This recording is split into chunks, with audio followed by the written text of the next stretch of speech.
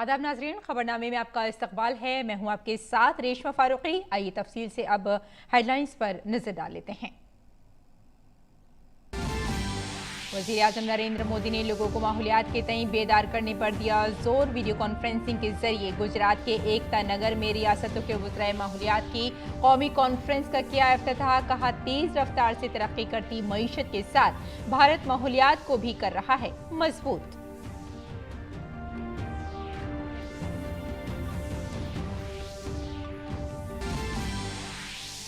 मरकजी वज़ीर दाखिला अमित शाह का आज से बिहार का 2 रोजा दौरा। पूर्णिया के तारीखी रंगभूमि मैदान में मिशन 2024 का आगाज करते हुए वज़ीर आला नीतीश कुमार के खिलाफ फूका बिगुल। कहा, बीजेपी को धोखा देकर लालू की गोद में बैठे नीतीश कुमार ने दिया है खुदगर्जी और ताकत की सियासत का सबूत। साबिक नायब सदर वेंकैया नायडू ने वज़ीर आज़म की मुंतखब तकरीरों के मजमूए का किया इजरा। वज़ीर आज़म मोदी को बताया शानदार लीडर। कहा, वज़ीर आज़म मोदी ने कायम किया है लोगों से बराह रास्त राब्ता। इत्तलात और नशरियात के वज़ीर अनुराग सिंह ठाकुर ने कहा, ये किताब न्यू इंडिया के मुतालिक वज़ीर आज़म के तस्वुर पर डालती है रोशनी। आरिफ मोहम्मद खान की भी प्रोग्राम में शिरकत। मरकजी वज़ीर मवासिलात अश्वनी वैष्णव ने इंडियन टेलीकम्युनिकेशन बिल 2022 के मुसव्वदे पर दिया प्रेजेंटेशन। टेलीकॉम की तरक्की के लिए लीगल बैंकिंग को बताया जरूरी। कहा, भारत को टेलीकॉम में लीडर बनाने के लिए एक्शन प्लान तैयार। दिल्ली, एनसीआर और उत्तर प्रदेश में शदीद बारिश से लोग परेशान। नोएडा समेत उत्तर प्रदेश के कई अजला में स्कूल बंद। वज़ीर आला योगी आदित्यनाथ ने सैलाब से मुतासरा इलाकों का किया फिजाई मुआयना। गुरुग्राम में पानी भरने से ट्रैफिक जाम, लोगों से वर्क फ्रॉम होम करने की अपील। उत्तराखंड के हेलगुघाट के पास लैंडस्लाइडिंग की वजह से कौमी शाहराह बंद। कनाडा में जराइम, फिरका वाराना तशद्दुद और भारत मुखालिफ सरगर्मियों के वाक़यात में तेजी से इजाफे के पेश नज़र वज़ारत ख़ारजा ने भारतीय शहरियों के लिए जारी की एडवाइजरी। भारतीय शहरियों और कनाडा में भारत के तलबा और कनाडा के सफ़र पर जाने वाले भारतीय शहरियों को एहतियाती तदाबीर इख्तियार करने और होशियार रहने का मशवरा। इमरजेंसी की सूरत में भारतीय हाई कमीशन और कौंसलेट जनरल से राब्ते का मशवरा। यूक्रेन के 4 इलाकों के लिए रूस का आज से रेफरेंडम। यूक्रेन के सदर ज़ेलेंस्की ने रूस की नई फौजी मुहिम को करार दिया रूसी फौज के खात्मे की अलामत।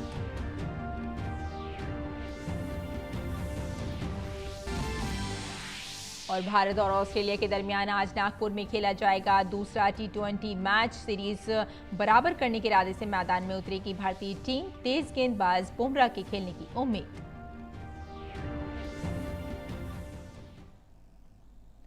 और अब खबरों पर तफसील से नजर डालते हैं। वज़ीर आज़म नरेंद्र मोदी ने आज वज़राए माहौलियात की कौमी कॉन्फ्रेंस का वर्चुअल तौर पर इफ्तिताह किया। ताउन पर मबनी वफाकियत के जज्बे को आगे बढ़ाते हुए ये 2 रोज़ा कॉन्फ्रेंस गुजरात के एकता नगर में मुनक़्क़िद की जा रही है। इसका मकसद बेहतर पॉलिसियाँ बनाने में मरकजी और रियासती हुकूमतों के दरमियान ज़्यादा से ज़्यादा तालमेल पैदा करना है। कॉन्फ्रेंस में 6 मौज़ूआत पर मबनी इजलास होंगे। हमने दुनिया को दिखाया है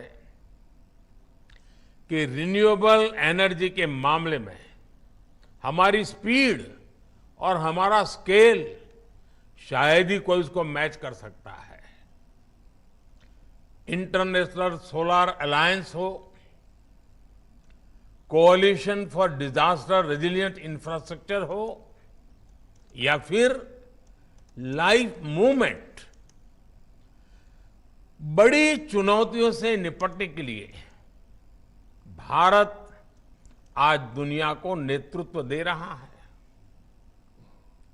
अपने कमिटमेंट को पूरा करने के हमारे ट्रैक रिकॉर्ड के कारण ही दुनिया आज भारत के साथ जुड़ भी रही है।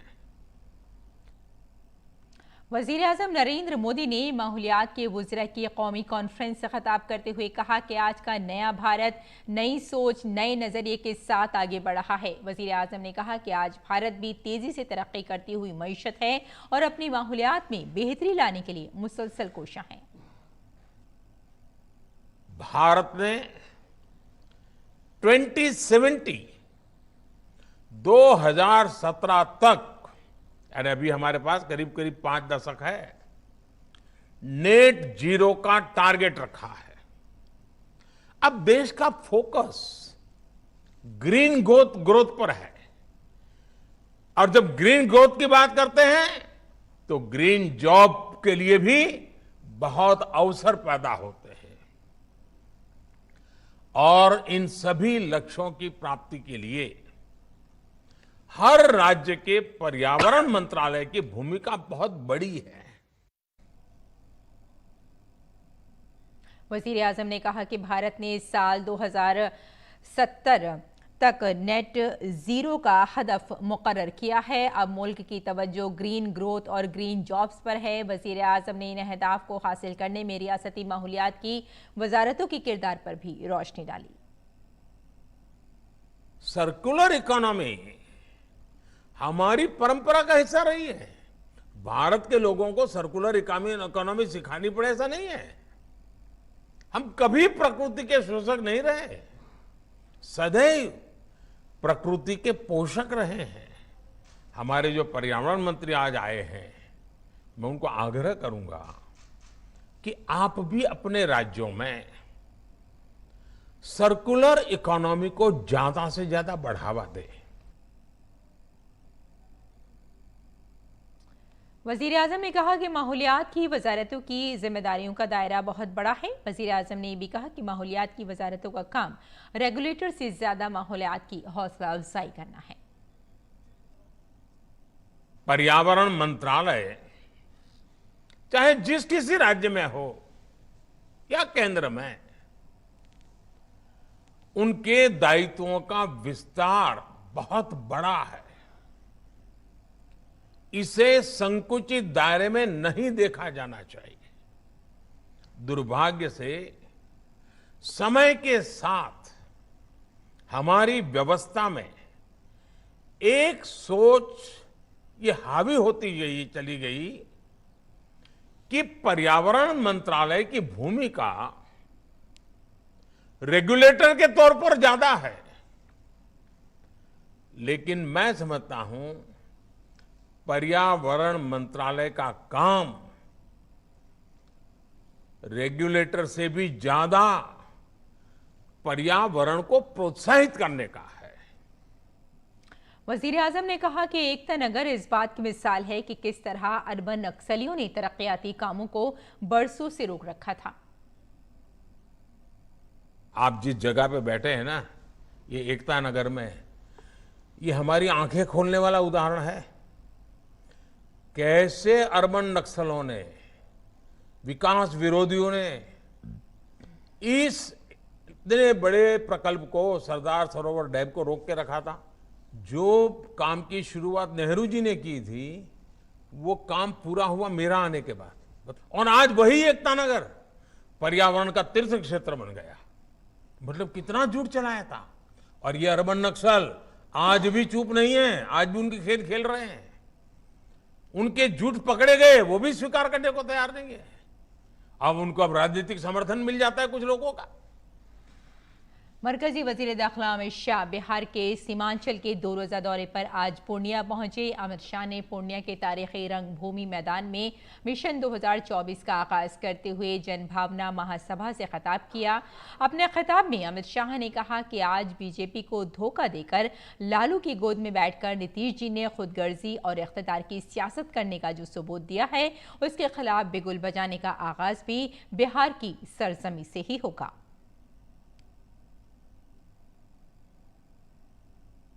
भाजपा को धोखा देकर लालू की गोद में बैठकर नीतीश जी ने स्वार्थ और सत्ता की राजनीति का जो परिचय दिया है, उसके खिलाफ ब्यूगल फूंकने की शुरुआत भी यही सीमावर्ती जिलों से, यही बिहार की भूमि से शुरुआत होगी।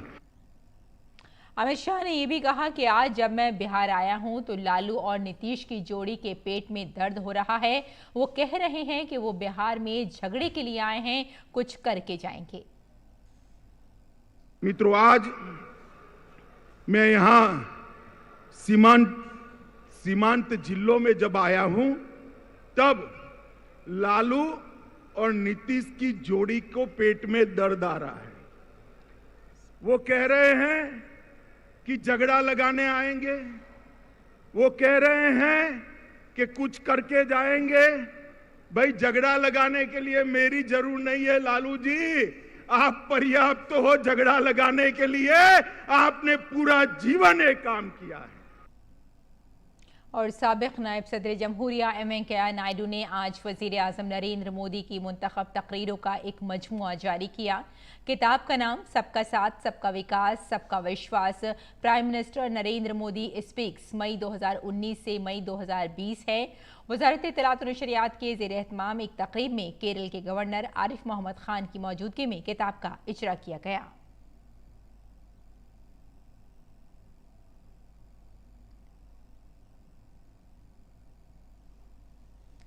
इस मौके पर साबिक नायब सदर जमहूरिया वेंकैया नायडू ने कहा कि इस किताब में वजीर आजम मोदी की मुंतखब तकरीर के साथ उनके विजन और ख्यालात भी शामिल हैं। This is a very important book. Of course, it's a compilation of the speeches made by Honorable Prime Minister Sri Narendra Bhai Modi in the first year of his second tenure. 86 speeches which are reflective of the ideology, implementation, determination, decisiveness of his government. And as it was rightly said, the philosophy of सबका साथ, सबका विकास और सबका प्रयास। इत्तलात और नशरियात के वजीर अनुराग सिंह ठाकुर ने कहा कि ये किताब मोदी 2.0 का मजमुआ है, जिसमें 86 बाब और 10 हिस्से हैं और हर तबके के बारे में मालूमात दर्ज है। जिस कालखंड को, जिस कार्यकाल को मोदी 2.0 के नाम से भी जाना जाता है, उसी के ही पहले वर्ष यानी कि मई 2019 से लेकर मई 2020 के ये एक वर्ष के कार्यकाल पर कुल 86 भाषणों का संग्रह है और ये खंड इस श्रृंखला का पहला खंड है। इसको 10 खंडों में विभाजन, ये भाषण माननीय प्रधानमंत्री जी के न्यू इंडिया के विजन को दर्शाता है। 10 अलग अलग विषयों पर उनके 86 भाषणों को संकलित किया गया है ताकि समाज के सभी विषयों पर उनकी सोच, विषय पर उनकी पकड़ और गंभीर विषय को भी रुचिकर बनाने के उनके अंदाज को आप समझ सकें और जान सकें। और सरकार ने नई टेलीकॉम पॉलिसी का मुसवदा जारी किया है, जिस पर अवामी राय तलब की गई है। टेलीकॉम के वजीर अश्वनी वैष्णव ने एक प्रेस कॉन्फ्रेंस में इस बिल के मुख्तलिफ पहलुओं पर तबादला ख्याल किया। सरकार को उम्मीद है कि मुल्क में इस नए कानून को पार्लियामेंट से मंजूरी मिलने में 6 से 10 माह लग सकते हैं। नई पॉलिसी सार्फिन के तहफ़्फ़ुज़ और सेक्टर के लाइट टच रेगुलेशन पर मरकूज है। लाइट टच रेगुलेशन से हुकूमत का मतलब ये है कि इस शोबे में कारोबार करने वाली कंपनियों को कारोबार करने में कम से कम परेशानी होनी चाहिए, लेकिन अगर कोई गलती करता है तो उसे बख्शा नहीं जाना चाहिए। वजीर टेलीकॉम ने कहा कि उम्मीद है कि इस नई पॉलिसी से मुल्क में साइबर फ्रॉड में नुमायां कमी आएगी। आप सब जानते हैं कि किस तरह से, मैं नाम नहीं लूँगा, कुछ ऐसे प्लेसेस भी देश में पॉपुलर हो गए हैं जहाँ पे फ्रॉड के सेंटर्स बन चुके हैं ऑलरेडी। तो उन सब फ्रॉड के सेंटर्स को तोड़ने में, उन सबको कंट्रोल करने में, उन साइबर फ्रॉड्स को एक तरीके से काबू में लाने में इस लीगल चेंज से बहुत बड़ी मदद मिलने की संभावना है। ऐसा इस थॉट प्रोसेस के साथ इसको बनाया गया है। और नाज़रीन, अब बात बारिश की करते हैं। दिल्ली एनसीआर में शदीद बारिश जारी है। आमतौर पर सितंबर में 108.5 मिलीमीटर बारिश होती है और अब तक 58.5 मिलीमीटर बारिश रिकॉर्ड की जा चुकी है। महकमा मौसमियात ने मध्य प्रदेश, गुजरात, उड़ीसा और तेलंगाना के कई इलाकों में भी बारिश की पेशगोई की है। हरियाणा के गुरुग्राम में मुसलसल बारिश की वजह से लोगों को परेशानी का सामना है। यहां आज सुबह से बारिश रुकने का नाम नहीं ले रही है, जिसकी वजह से कई मकामात पर पानी जमा हो गया है। बारिश की वजह से रियासती हुकूमत ने सरकारी दफ्तरों के काम घर से करने का मशवरा दिया है। दूसरी जानिब राजधानी दिल्ली में लोगों को जाम की परेशानी का भी सामना करना पड़ा। बारिश की वजह से कई सड़कों पर लोगों को परेशान देखा गया। राजस्थान में भी शदीद बारिश जारी है। मगरबी राजस्थान में बारिश की रफ्तार धीमी है, लेकिन मशरक़ी राजस्थान में ज़बरदस्त बारिश हो रही है। आज सुबह भी रियासत के कई अजला में तेज़ बारिश हुई है। राजधानी जयपुर की बात की जाए तो यहाँ सुबह से ही मौसम खुशगवार है। वहीं मौसम के बदलते हुए मिजाज के साथ ही बूंदाबांदी ने रियासत के लोगों के चेहरों पर मुस्कुराहटें भी बिखेर दी हैं। उत्तर प्रदेश में मूसलाधार बारिश की वजह से लोग परेशान हैं। सड़कों पर पानी भरने की वजह से ट्रैफिक शदीद तौर पर मुतासिर है। सड़कों और गलियों में पानी जमा होने की वजह से आमद-ओ-रफ्त में भी काफ़ी मुश्किलात का सामना करना पड़ रहा है। महकमा मौसमियात ने आज के लिए भी तेज़ बारिश की पेशगोई की थी। इसको जहन में रखते हुए नोएडा समेत रियासत के कई अजला में आज स्कूल बंद रखे गए। अलीगढ़, कानपुर, सीतापुर, बहराइच, उन्नाव और दारुल हुकूमत लखनऊ में भी जिला मजिस्ट्रेट्स ने स्कूलों को बंद करने का हुक्म दिया था। वज़ीर आला योगी आदित्यनाथ ने सैलाब मुतासिरा इलाकों का फ़िज़ाई मुआयना किया।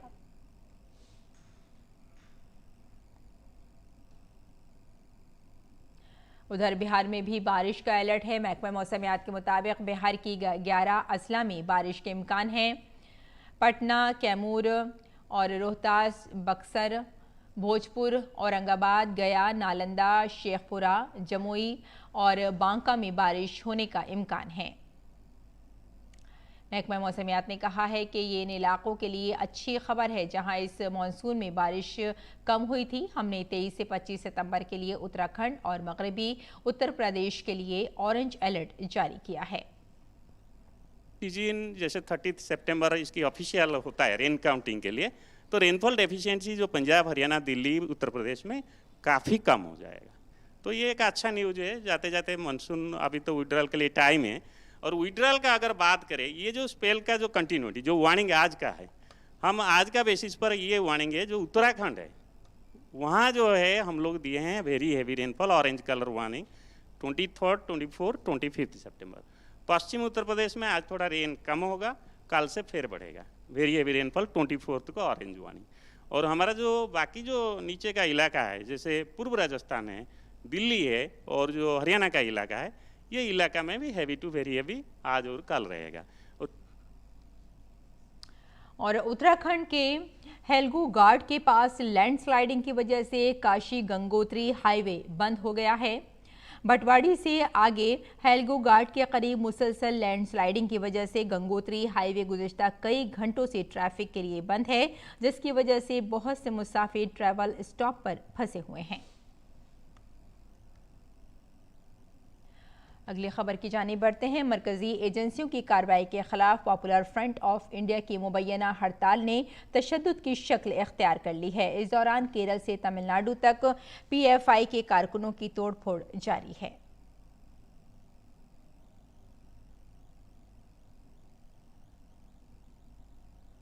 तमिलनाडु के कोयम्बटूर में जुमेरात की देर रात नामालूम अफराद की जानिब से बीजेपी के दफ्तर पर आतिशगीर मवाद से भरी बोतल फेंकने का मामला सामने आया है। जाए वक़ू के करीब नस्ब CCTV कैमरे की फुटेज में एक बोतल सड़क के मुखालिफ सिमत से आई और दफ्तर में गिरती दिखाई दे रही है। तमाम कैमरे में कैद नहीं हो पाया है कि आतिशगीर बोतल किसने फेंकी है। वाक़ई की इत्तला मिलते ही बीजेपी कारकुनान बड़ी तादाद में दफ्तर के सामने जमा हो गए। पॉपुलर फ्रंट ऑफ इंडिया के कारकुनों ने मरकजी एजेंसियों की कार्रवाई के खिलाफ कई मकामात पर तोड़फोड़ की है। गाड़ियों में तोड़फोड़ की तस्वीर भी मंजर आम पर आ चुकी हैं। केरल की राजधानी तिरुवनंतपुरम में ऑटो, बस और कार की तोड़फोड़ की गई। केरल के कोल्लम जिले में PFI वर्क्स पर हमले में बाइक पर सवार 2 पुलिस एहलकार जख्मी हो गए। मुख्तलिफ अजला में Kerala state roads transport corporation की बसों पर पथराव किया गया, जिनमें तिरुवनंतपुरम, कोल्लम, कोझिकोड, वायनाड और एलोपोजा शामिल हैं।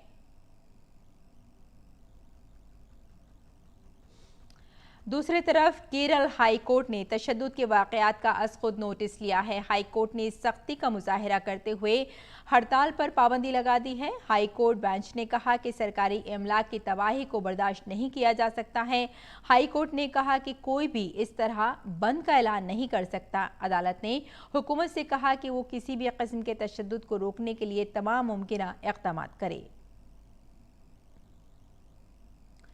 और पॉपुलर फ्रंट ऑफ इंडिया के इंदौर और उज्जैन के ठिकानों पर की गई कार्रवाई पर मध्य प्रदेश के वजीर दाखिला नरोत्तम मिश्रा ने कहा कि एनआईए और एटीएस के मुश्तरका ऑपरेशन के तहत मुल्क मुखालिफ सरगर्मियों में मुलव्विस 4 अफराद को इंदौर और उज्जैन से गिरफ्तार किया गया है। दूसरी जानिब भोपाल में एनआईए की खुसूसी अदालत ने चारों मुल्जिमान को 7 दिन के रिमांड पर भेज दिया है।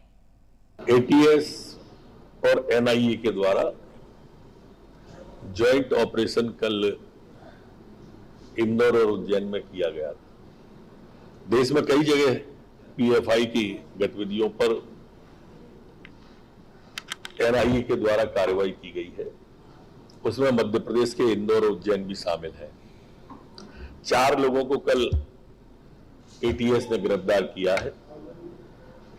एक अब्दुल करीम, अब्दुल साजिद, मोहम्मद जावेद और मोहम्मद जमील, ये उज्जैन के हैं, बाकी 3 इंदौर के हैं।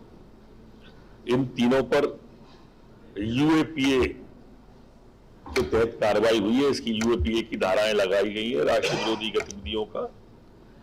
आज उन्हें पेश करके अदालत में रिमांड मांगा जाएगा। प्रारंभिक जानकारी में भी राष्ट्र विरोधी गतिविधियों में ट्रेनिंग देना, ब्रेन वॉश करना, इस तरह की चीजें आई। मरकजी वजीर धर्मेंद्र प्रधान ने आज मगरबी बंगाल के मशहूर दक्षिणेश्वर काली मंदिर में पूजा अर्चना की। बाद में मीडिया से बात करते हुए उन्होंने कहा कि हम बंगाल में तरक्की चाहते हैं और यहाँ की रियासती हुकूमत तरक्याती काम नहीं कर पा रही है जिस तरह होनी चाहिए।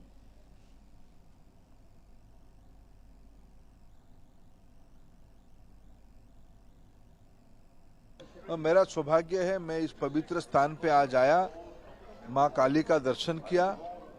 हम बंगाल में प्रगति चाहते हैं, शांति चाहते हैं, विकास चाहते हैं। भारतीय जनता पार्टी की सरकार केंद्र में नरेंद्र मोदी जी की नेतृत्व में चल रही है।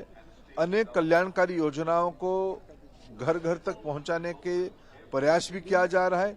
यहाँ भी स्थानीय सरकार उस सारे कामों को ठीक से नहीं पहुंचा रही है, ये पहुंचाए हमारा अपेक्षा है। बीजेपी सदर जेपी नड्डा के तमिलनाडु दौरे का आज दूसरा और आखिरी दिन है। जेपी नड्डा ने आज सुबह पलायरपति विनायक मंदिर में दर्शन किए। बीजेपी सदर क्राईकोडी में एक जलसा-ए-आम से भी खिताब करने वाले हैं। साथ ही मदुरई में वो मुख्तलिफ शोबों के मुमताज़ लोगों से मुलाकात करेंगे। नड्डा तिरुपत्तूर में अजीम मुजाहिदीन आज़ादी मरोदो बरादरान को भी खराज अक़ीदत पेश करेंगे। बारामती लोकसभा हलके के अपने 3 रोज़ा दौरे के दूसरे दिन वज़ीर ख़जाना निर्मला सीतारमण आज पुरंदर तालुका में खंडोबा मंदिर गईं और जिजोरी मजहबी मुकाम के दर्शन किए। इसके बाद उन्होंने पुरंदर तालुका में पंचायत के नुमाइंदों से मुकामी मसाइल पर बातचीत की। फिर उन्होंने बारामती तालुका के मोर गाँव में प्राइमरी हेल्थ सेंटर का दौरा किया और आयुष्मान भारत स्कीम के मुस्तफ़ीदीन से भी मुलाकात की। दुनिया की सबसे बड़ी health insurance scheme Ayushman Bharat के तहत आने वाली प्रधानमंत्री जन आरोग्य योजना ने 4 साल मुकम्मल कर लिए हैं। इस स्कीम के जरिए गुज़िश्ता 4 बरसों में 4 करोड़ से ज्यादा गरीबों का मुफ्त इलाज हुआ है। वज़ीर आज़म नरेंद्र मोदी ने 2018 में दुनिया की सबसे बड़ी हेल्थ इंश्योरेंस स्कीम प्रधानमंत्री जन आरोग्य योजना का आगाज किया था ताकि पैसों की कमी की वजह से गरीब इलाज से महरूम न रहें। प्रधानमंत्री जन आरोग्य योजना के तहत 10 करोड़ से ज्यादा कुनबों को हर साल 5 लाख रुपए तक मुफ्त इलाज फराहम करने का इंतजाम है। तकरीबन 50 करोड़ लोग इस स्कीम के दायरे में आते हैं। हाल ही में ट्रांसजेंडर कम्युनिटी को भी इस स्कीम के दायरे में लाया गया है। प्रधानमंत्री जन आरोग्य के तहत अब तक 20 करोड़ लोगों के आयुष्मान कार्ड बनाए जा चुके हैं। इस प्लान में 1949 हेल्थ पैकेजेस हैं, जिनमें 27 मुख्तलिफ खुसूसी पैकेजेस भी शामिल हैं। इस स्कीम से मुल्क भर में 25,000 से ज्यादा निजी और सरकारी अस्पतालों को जोड़ा गया है। प्रधानमंत्री जन आरोग्य योजना के तहत 1 करोड़ गरीब लोगों को गुर्दे और फेफड़ों जैसी संगीन बीमारियों का मुफ्त इलाज किया गया है। इसके अलावा 23 लाख कैंसर के मरीजों का स्क्रीनिंग और इलाज किया गया है और 25 लाख खवातीन और 7 लाख अमराज क़ल्ब के मरीजों का मुफ्त इलाज किया गया है। दिल्ली की राउज एवेन्यू कोर्ट की principal district and session court ने दिल्ली हुकूमत में वजीर सत्येंद्र जैन की जमानत की अर्जी पर समाअत को मुंतकिल करने की इन्फोर्समेंट डायरेक्टोरेट की दरख्वास्त को कबूल कर लिया है। अब सत्येंद्र जैन की जमानत अर्जी की समाअत खुसूसी जज विकास धोल की अदालत में होगी। और कनाडा में नफरत पर मबनी जराइम, फ़िरका वाराना तशद्दुद और भारत मुखालिफ सरगर्मियों के वाक़यात में तेज़ी से इजाफे के दरमियान भारतीय हुकूमत ने आज भारतीय शहरियों को एहतियात बरतने और चौकस रहने के लिए एक एडवाइजरी जारी की है। वज़ारत ख़ारजा ने एडवाइजरी में कहा है कि कनाडा में नफरत अंगेज़ जराइम, फ़िरका वाराना तशद्दुद और भारत मुखालिफ सरगर्मियों के वाक़यात में तेज़ी से इजाफा हुआ है। वज़ारत ख़ारजा और कनाडा में हमारे हाई कमीशन कौंसलेट ने इन वाक़यात को कैनेडियाई हुक्काम के साथ उठाया है और उनसे तहक़ीक़ात करने और मुनासिब कार्रवाई की दरख्वास्त की है। कनाडा में इन जराइम के मुजरिमों को अभी तक इंसाफ के कटहरे में नहीं लाया गया है। मज़कूरा बाला जराइम के बढ़ते हुए वाक़यात के पेश नज़र कनाडा में भारतीय शहरियों और भारतीय तलबा और कनाडा का सफ़र करने वालों को मशवरा दिया जाता है कि वो एहतियात बरतें और अलर्ट रहें। भारतीय शहरी और कनाडा में भारतीय तलबा भी मुताल्लिक़ा वेबसाइट या madad.gov.in पोर्टल के ज़रिए ओटावा में भारत के हाई कमीशन या टोरंटो और वैंकूवर में भारत की कौंसलेट जनरल में इंदराज कर सकते हैं। रजिस्ट्रेशन के जरिए कनाडा में हाई कमीशन और कौंसलेट जनरल को किसी भी ज़रूरत या हंगामी सूरत हाल में कनाडा में भारतीय शहरियों से बेहतर तौर पर राब्ता कायम करने में मदद मिल सकती है। इशारों की ज़बानें हमें मुत्तहिद रखती हैं। इसी जज्बे के साथ आज दिल्ली में इंडिया इंटरनेशनल सेंटर में इशारों की ज़बान का दिन 2022 मनाया जा रहा है।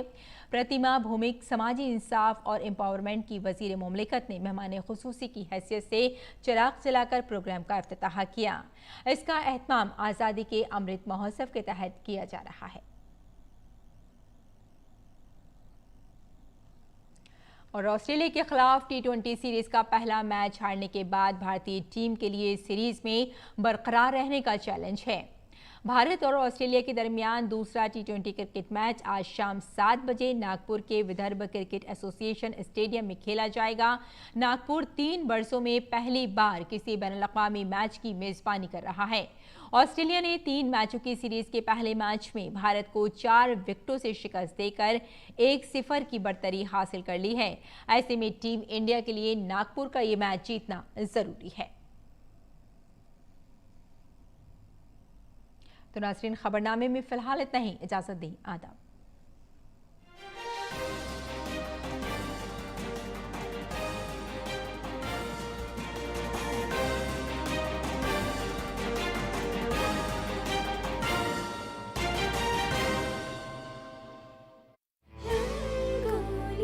मैं ऋषिता भट्ट